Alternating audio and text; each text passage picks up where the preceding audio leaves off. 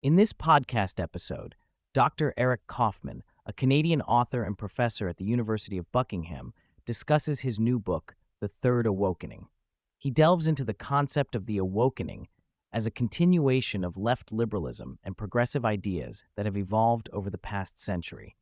He defines woke as the making sacred of historically marginalized race, gender, and sexual identity groups, leading to a moral order where these groups are protected from offense and strive for equality in prestigious positions and resources. Kaufman traces the roots of the current woke ideology back to the late 1960s, with movements like the Black Panthers and demands for Black studies in universities. He identifies subsequent waves of awakening in the late 1980s and early 1990s, and post-2010, each building on the idea of making certain identities sacred. He emphasizes the emotional nature of this ideology, driven by attachments to specific marginalized groups rather than a systematic set of ideas like Marxism. Kaufman discusses various factors influencing the adoption of woke beliefs, including liberal progressivism, compassion, and emotional attachment to marginalized groups. He also touches on the role of gender, particularly the increased support for woke ideology among young women. He notes a shift in women's political priorities around 2004, coinciding with changes in political donations and the influence of elite institutions promoting woke values. The conversation delves into the impact of female dominance in academia, especially in the humanities and social sciences, on the propagation of woke ideology. Kaufman explores the idea of misplaced maternal instinct driving young women's sensitivity towards marginalized groups and their alignment with the elite's moral order. He suggests that women may reinforce dominant values in society, even if it goes against their own interests, due to the pervasive influence of woke ideology in educational and institutional settings. Kaufman highlights the role of the education system in promoting critical race theory concepts and shaping young people's beliefs. He mentions the saturation of woke ideology in schools and institutions, leading to its normalization among the younger generation. The impact of social media platforms like TikTok in amplifying woke narratives and influencing campus protests is also discussed, with a focus on how these platforms target compassion for marginalized groups. Kaufman emphasizes the importance of K-12 education in shaping individuals' beliefs and values.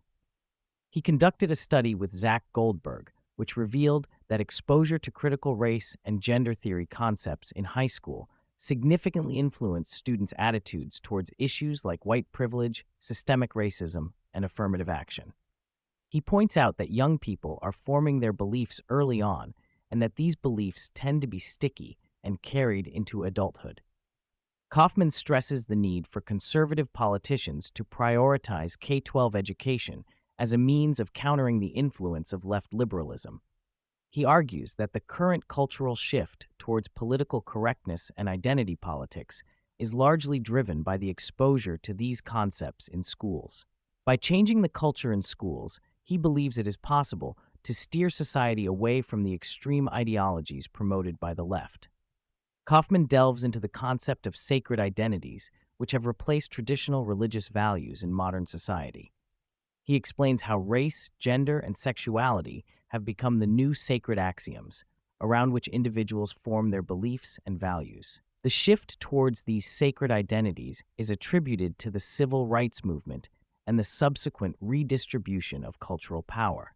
Kaufman discusses the interplay between sociology and psychopathology, particularly in relation to personality disorders like antisocial personality disorder and narcissistic personality disorder.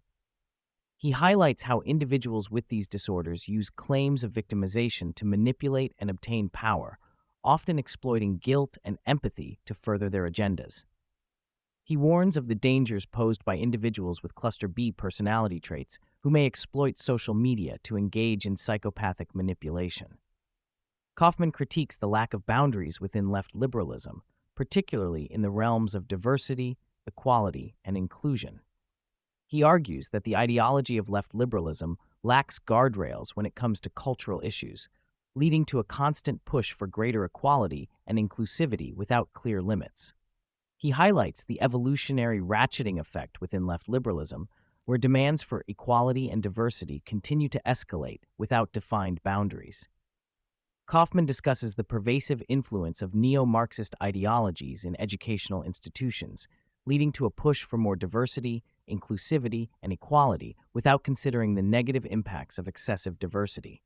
He criticizes the concept of self-esteem, arguing that it is based on flawed constructs and perpetuated by social psychologists. He highlights the need to challenge ideological indoctrination in schools and universities to ensure a balanced and politically neutral approach to education. The conversation delves into the challenges of implementing change in the education system, particularly in the face of powerful teachers' unions and entrenched ideological beliefs. Kaufman acknowledges the difficulty of reforming institutions that have been deeply influenced by leftist ideologies, but suggests strategies such as model curricula and political interventions to promote accountability and balance in education. He advocates for the involvement of elected governments in overseeing and reforming educational practices to ensure political neutrality and prevent indoctrination. Kaufman proposes practical strategies for reforming the education system, including the adoption of model curricula developed by organizations like the National Association of Scholars. He emphasizes the need for political will and accountability in demanding a balanced curriculum and monitoring educational practices. He suggests measures such as defunding courses that promote critical race theory and diversity, equity, and inclusion in universities, and creating new institutions to oversee academic freedom and political neutrality.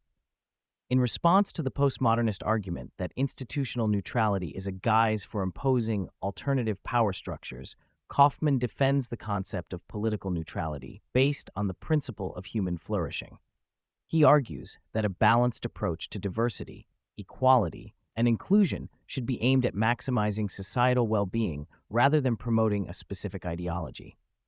He believes that promoting trust in the education system and ensuring political neutrality are essential for fostering a healthy and productive society. Kaufman shares his personal experience of facing attacks from Twitter mobs, open letters, and internal investigations after openly criticizing the social justice movement. Despite the risks involved, Kaufman believes it is essential to speak out against woke culture to prevent further polarization and populism in society. The conversation delves into the broader implications of woke culture on trust, freedom, and economic policies. Kaufman argues that the erosion of trust in institutions due to politicization and polarization can hinder the enactment of rational economic policies. He stresses the importance of maintaining a level of civic trust for the functioning of freedom and democracy. Additionally, he points out that cultural socialism, driven by the push for equal outcomes based on race and gender, can lead to a poorer culture and hinder cultural growth. Kaufman advocates for a new vision that prioritizes human flourishing and overcomes cultural socialism. He suggests finding a balance between equality and growth in cultural wealth, similar to the balance needed in economic policies. By addressing cultural socialism and setting guardrails to prevent its unchecked influence, society can work towards a more balanced and prosperous cultural landscape. Kaufman emphasizes the interconnectedness of culture and politics, highlighting how cultural issues such as immigration, affirmative action, and historical narratives can shape political discourse and influence public opinion. He underscores the importance of addressing these cultural issues to prevent further polarization and populism in society. He urges conservative politicians to prioritize cultural issues and organize effectively to push back against woke culture and its detrimental effects on trust and freedom.